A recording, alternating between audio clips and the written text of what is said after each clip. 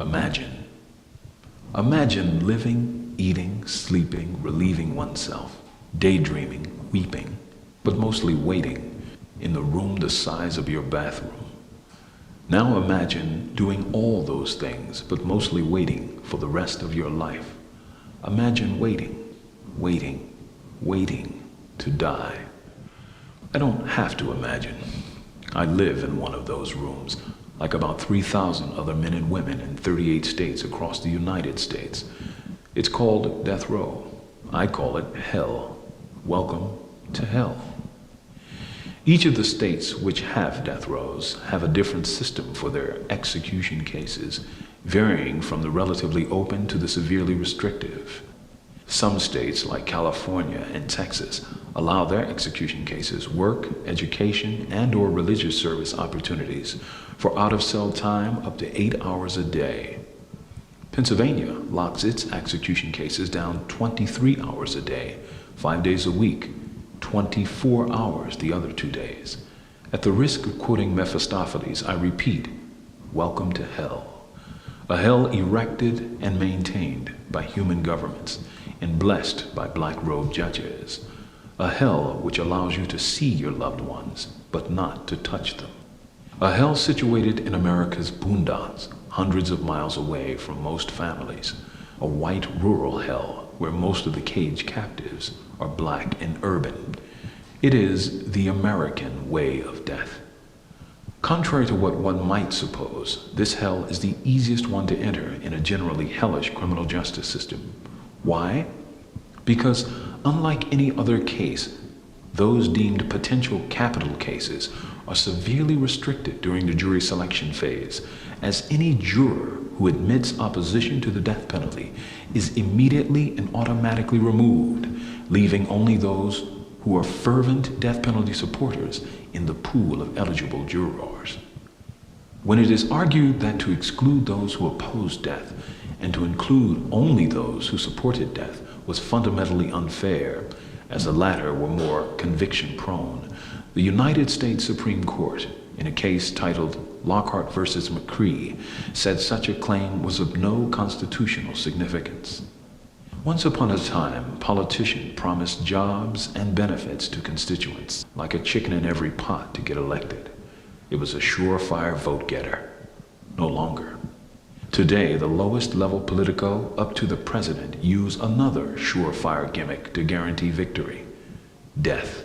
Promise death, and the election is yours. Guaranteed. Vraiment. A vote for hell in the land of liberty, with its over 1 million prisoners, is the ticket to victory. From death row, this is MUMIA Abu-Jamal.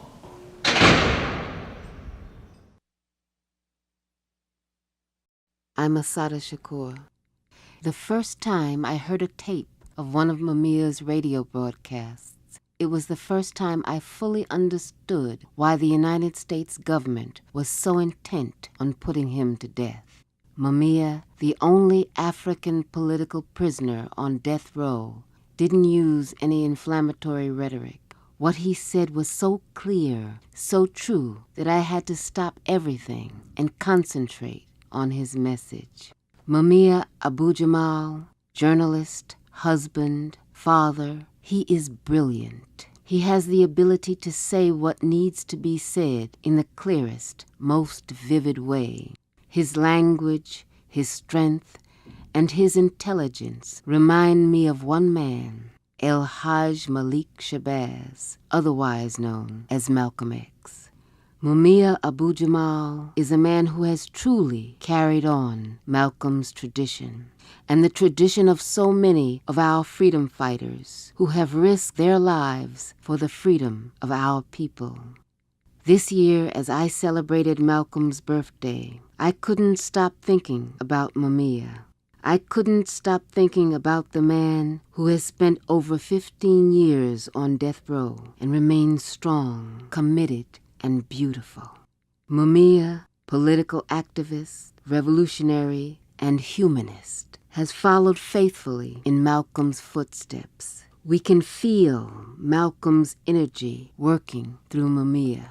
We can feel MUMIA's energy carrying on Malcolm's legacy. If Malcolm X were alive today, I know he would be fighting to save Mumia's life. If Malcolm were alive today, I know he would be fighting to free all political prisoners. In the name of Malcolm X, I make a special appeal to you, sisters and brothers, to fight tooth and nail to save Mumia's life and to free him from the grips of his oppressors. As you honor our forefathers and foremothers, I urge you to honor our living heroes. When you honor the names of Nat Turner, Harriet Tubman, and Malcolm X, I urge you to honor the names of Geronimo Gijaga, Sundiata Acoli, Mutulu Shakur, and MUMIA Abu-Jamal. I urge you not to forget and not to betray our living heroes. If we ignore their struggle, we are ignoring our own. If we betray our living history, then we are betraying ourselves. We could not save Malcolm X, but we can save Mumia. We can save him, and we must save him, because we love our brother, and we need our brother to help us fight for freedom. Free MUMIA Abu-Jamal, free all political prisoners. Let us carry on our tradition to freedom.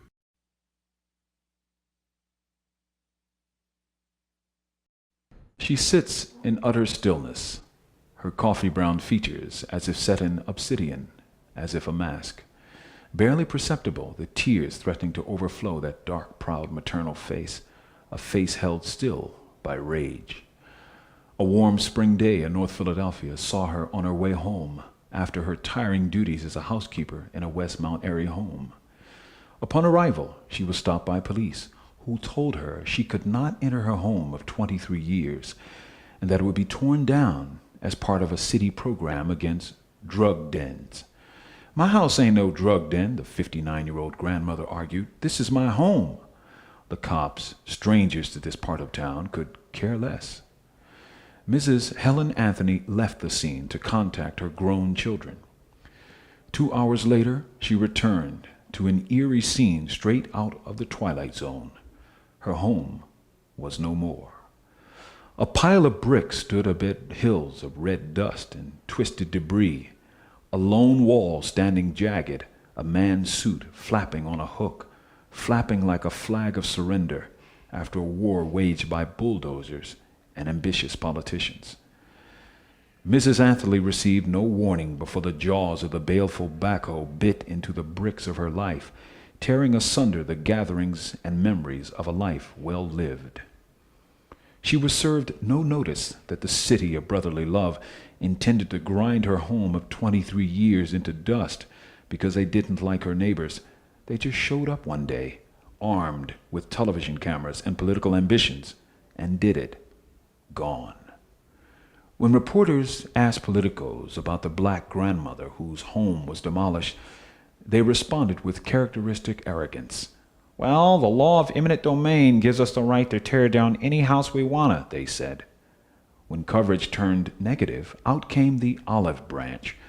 "We'll reimburse her." "Oops, honest mistake. Compensation," they said. Left unsaid is the wisdom of a policy of mass destruction planned over a brunch of brie and croissants executed for the 6 o'clock news, with no regard for the lives and well-being of the people involved. In a city with an estimated 30,000 homeless people, why does the government embark on a blitzkrieg of bulldozing and demolishing homes, even abandoned ones? Mrs. Anthony, offered a home and compensation by red-faced city officials, is less than enthused. The way the city treated her, opined her daughter Geraldine Johnson, she does not want to live in Philadelphia.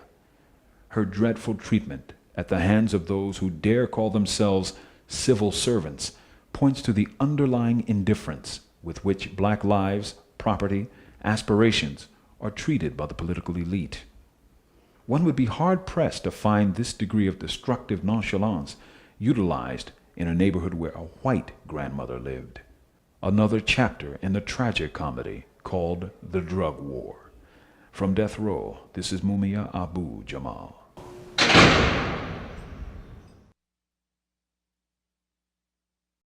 The muted public response to the mass murder of MOVE members has set the stage for acceptable state violence against radicals, against blacks, and against all those deemed socially unacceptable. In the 60s and 70s, the Black Panther Party defined the relationship between the police and the black community as one between an occupying army and a colony. The confrontations between MOVE and this system's armed domestic forces has given that claim credence. In an article in the Village Voice in 1991, quoting an anonymous white cop giving his prescription for bringing law and order to Los Angeles, consider the following. Cop 1. You want to fix this city? I say you start out with carpet bombing, level some buildings, plow all this shit under and start all over again. Cop 2. Christ, you drop a bomb on a community? Cop 3. Oh yeah, there'd be some innocent people, but not that many. There's just some areas of LA that can't be saved. The twisted mentalities at work here are akin to those of Nazi Germany, or perhaps more appropriately, of My Lai, of Vietnam, of Baghdad, the spirit behind the mindlessly murderous mantra that echoed out of Da Nang, we had to destroy the village in order to save it. As abroad, so here at home, for as the flames smothered life on Osage Avenue, police and politicians spoke of destroying the neighborhood surrounding the MOVE house in order to save it. Now, cops patrol neighborhoods across America armed like stormtroopers with a barely disguised urge to destroy the very area they are sworn to serve and protect, or perhaps we should say sever and dissect. As they sit and sup and smoke, what animates their minds? Are they an aid to the people or a foreign army of occupation? May 13th, 1985 should have answered that question decisively. MOVE founder John Africa wrote over a decade ago, "It is past time for all poor people to release themselves from the deceptive strangulation of society. Realize that society has failed you. For to attempt to ignore this system of deception now is to deny you the need to protest this failure later. This system has failed you yesterday, failed you today, and has created the conditions for failure tomorrow. For society is wrong. The system is reeling. The courts of this complex are filled with imbalance. Cops are insane. The judges enslaving. The lawyers are just as the judges they confront. They are Harvard and Princeton and Cornell and Yale, and trained as the judge to deceive the impoverished, trained as the judge to protect the established, trained by the system to be as the system, to do for the system, exploit with the system, and MOVE ain't gonna close our eyes to this monster." Unquote. From John Africa's Judge's Letter. It was true then, it's even truer now.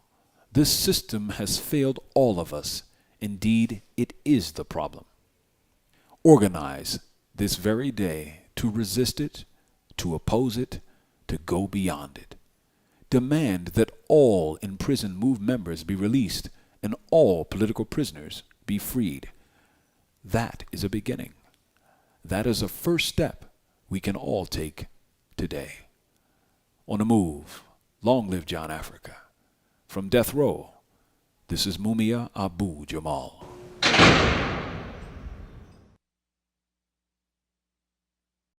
It has been over 3 decades since I last looked into his face, but I find him now sometimes hidden in the glimpse of a mirror.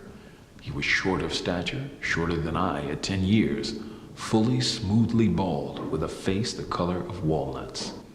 He walked with a slight limp and smoked cigars, usually Phillies. Although short, he wasn't slight, but was powerfully built, with a thickness, not a fatness, of form. His voice was deep, with the accents of the South wrapped around each word, sweet and sticky like molasses. His words often tickled his sons, and they tossed them among themselves like prizes found in the depths of Cracker Jack boxes. Words that were wondrous in their newness, their rarity, their difference from all others heard. "Boys, cut out that tussling, hear me?" And the boys would stop their wrestling, their bellies near bursting with swallowed, swollen laughter, the word vibrating, sotto voce, barely heard in their throats. Tussling, tussling, tussling, tussling, tussling, tussling.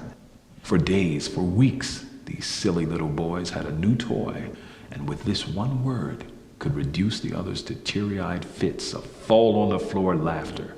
Tussling! He was a relatively old man when he seeded these sons, and because of his age of over half a century, he was openly affectionate in a way not usual for a man of his time. He kissed them, dressed them, and taught them by example that he loved them. He talked with them, and walked and walked and walked with them. "Dad, I want to ride," I whined. "It ain't good for you to ride so much, boy. Walking is good for you, good exercise for you." Decades later, I would hear that echo in one of my sons, and my reply would echo my father's. His eyes were the eyes of age, so discolored by time they seemed bluish, but there was a perpetual twinkle of joy in them, of love and living.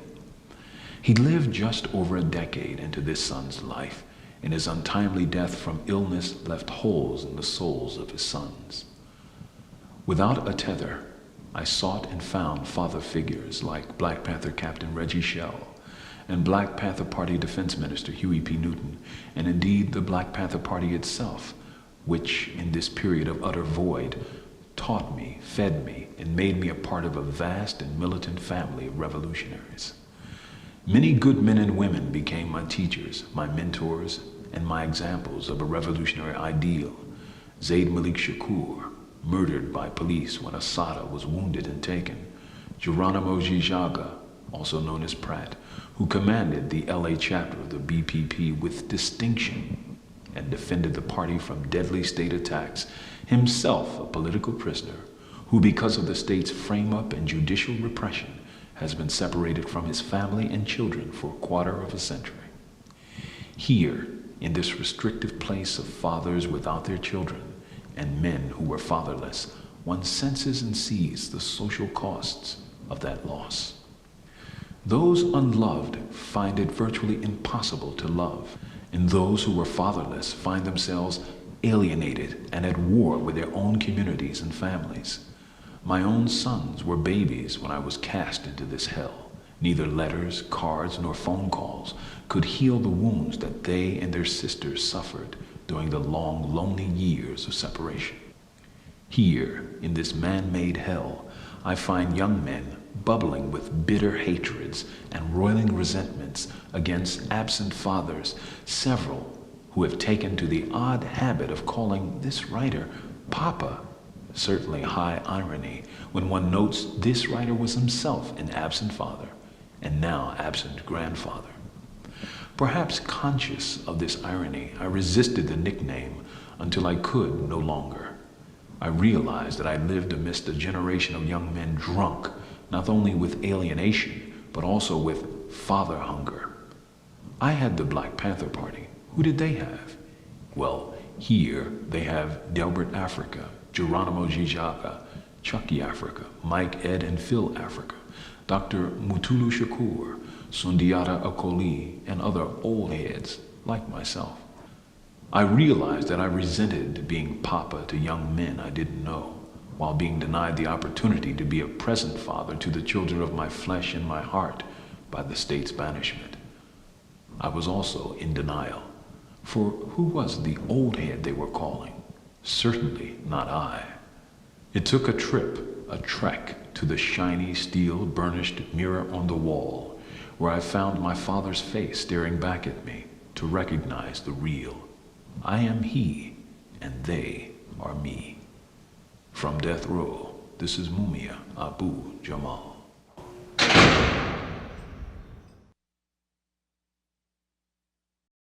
George Jackson was my hero. He set a standard for prisoners, political prisoners, for people. He showed the love, the strength, the revolutionary fervor that's characteristic of any soldier for the people.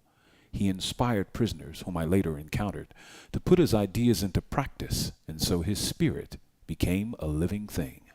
A quotation from Dr. Huey P. Newton, Ph.D., former Minister of Defense of the Black Panther Party, at the Revolutionary Memorial Service for George Jackson in 1971. August, in both historic and contemporary African American history, is a month of meaning.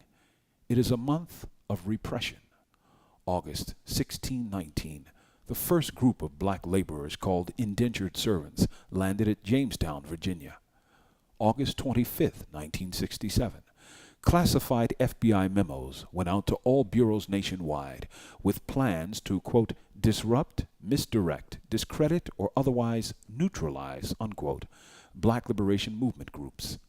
August 1968, the Newark, New Jersey Black Panther Party office was firebombed.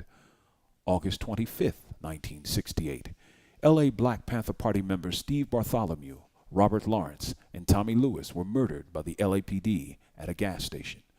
August 15, 1969, Sylvester Bell, San Diego Black Panther Party member, murdered by the US organization.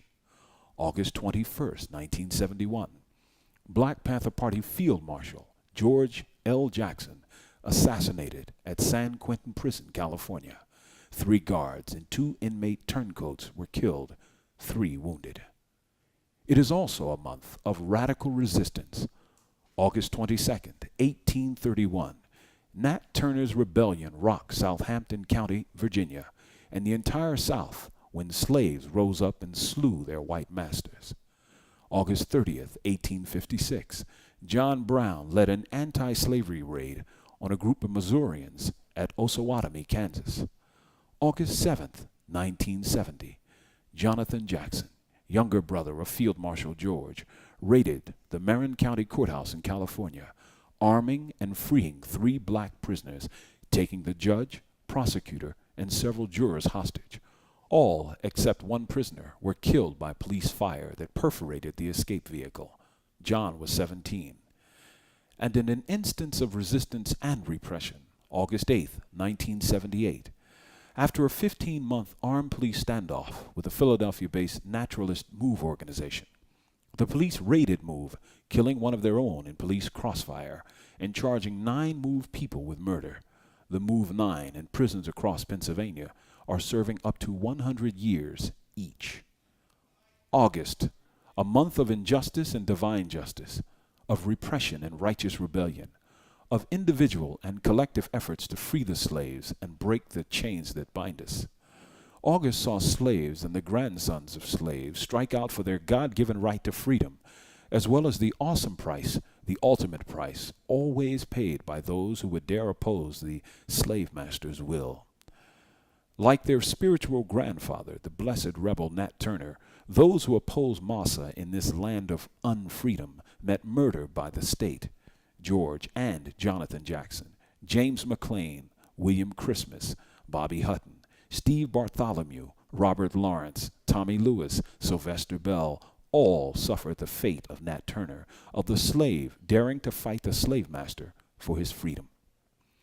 Ruchell McGee, for the crime of surviving the Marin County Courthouse Massacre, has been consigned to a life in California slave coffles, modern-day dungeons called adjustment centers, where he has languished since August 1970.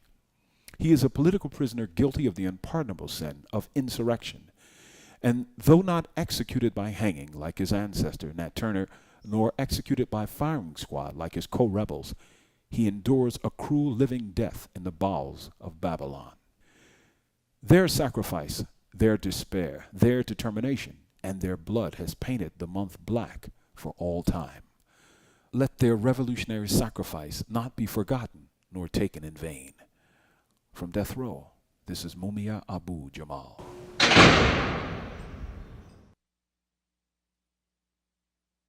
Philadelphia, New York, New Orleans, Los Angeles. In city after city, we find case after case of not only police corruption, but vicious police violence.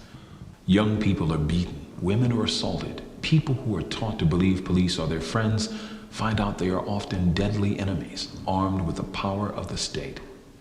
In city after city, police corruption scandals blare across the front pages, telling us of cops who moonlight as drug dealers, sowing the seeds of social poison from their squad cars.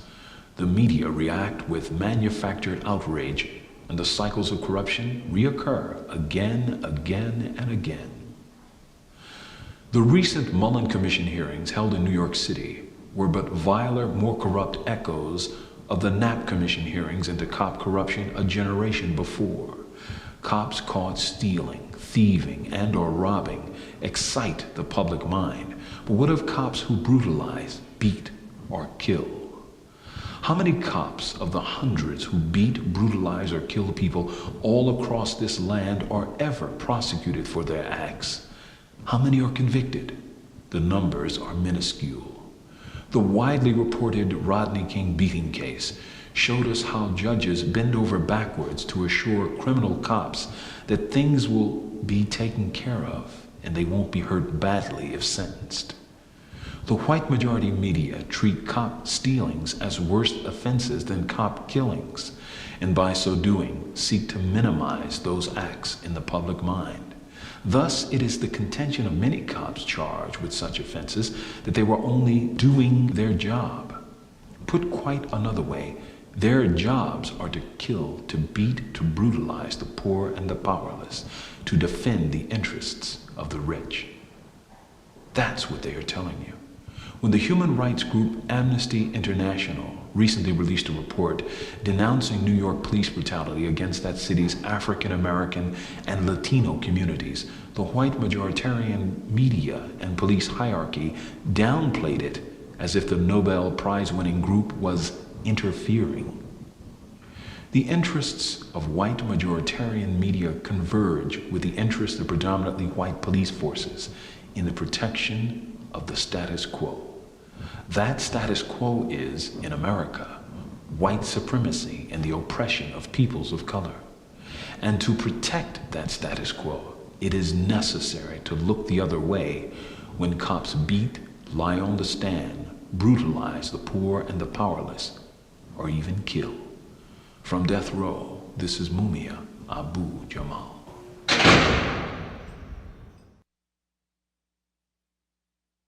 This is Allen Ginsberg speaking. The promise of death is not enough. The state of Pennsylvania wants to shut out MUMIA Abu-Jamal's voice and enforce his silence. For 15 years, MUMIA has been fighting not only to stay alive, he's been waging a battle for the freedom to write and to speak. Through a torrent of lockdowns, investigations, and mental torture, MUMIA Abu-Jamal's voice continues to be heard. I'm all for diversity, objectivity, and balance. The Abu-Jamal commentaries would bring a unique perspective on the airways. MUMIA Abu-Jamal did the right thing. This man did the right thing. This man is a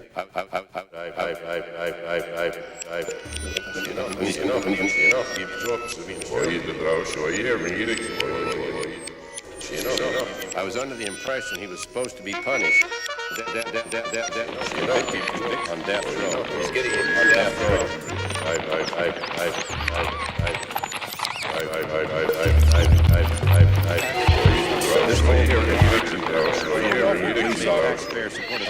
Philadelphia police officer objectivity. I was under the impression he was a convicted killer, cop killer for the cold-blooded murder. Cold-blooded killer.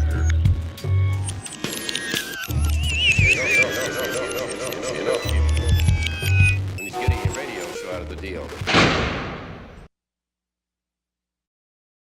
When Nigerian environmental and native rights activist Ken Saro-Wiwa was hanged on trumped-up murder charges, the Nigerian government and Shell Oil were condemned all over the world as outlaws.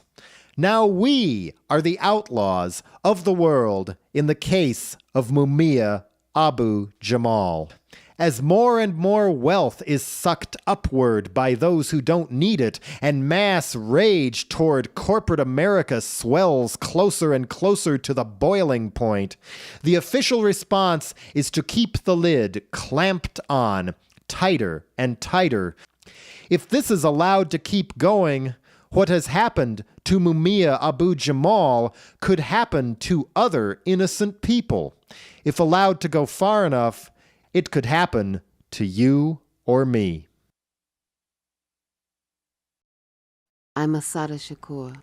MUMIA Abu-Jamal, a husband, father, grandfather, and African American, lives in the fastest growing public housing tract in America. For over 15 years, he has been a resident of Pennsylvania's death row.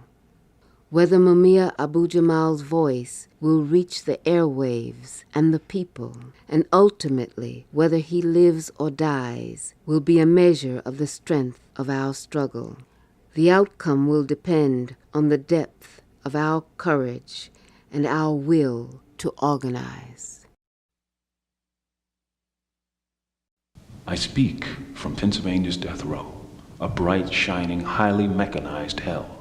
In this place, a dark temple to fear, an altar of political ambition. Death is a campaign poster, a stepping stone to public office. In this space and time, in this dark hour, how many of us are not on death row? From death row, this is MUMIA Abu-Jamal.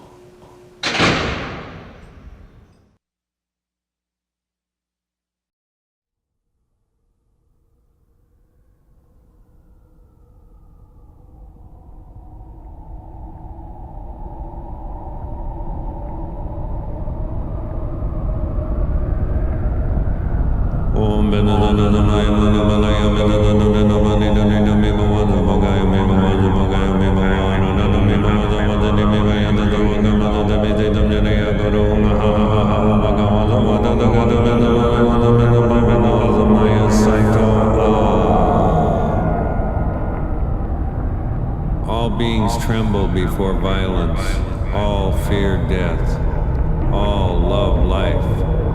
See yourself in others, then whom can you hurt? What harm can you do? He who seeks happiness by hurting those who seek happiness will never find happiness. For your brother is like you, he wants to be happy. Never harm him. Then when you leave this life, you too will find happiness. Never speak harsh words, for they will rebound upon you. Angry words hurt, and the hurt rebounds. Like a broken gong, be still, be silent. Know the stillness of freedom, where there is no more striving. Better than 1,000 hollow words is one word that brings peace. Better than 1,000 hollow verses is one verse that brings peace. Better than 100 hollow lines is one line of the law bringing peace.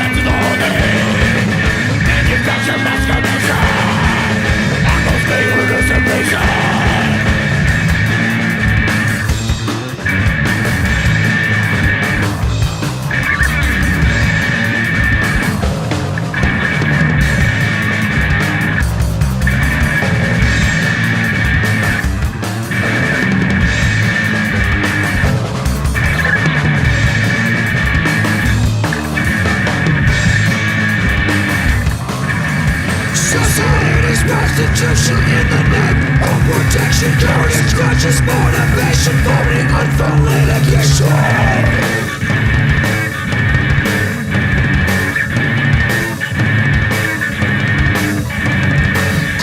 Triplication, there is justice, also playing death. Split drivers and stuff, Lord, the only sane law.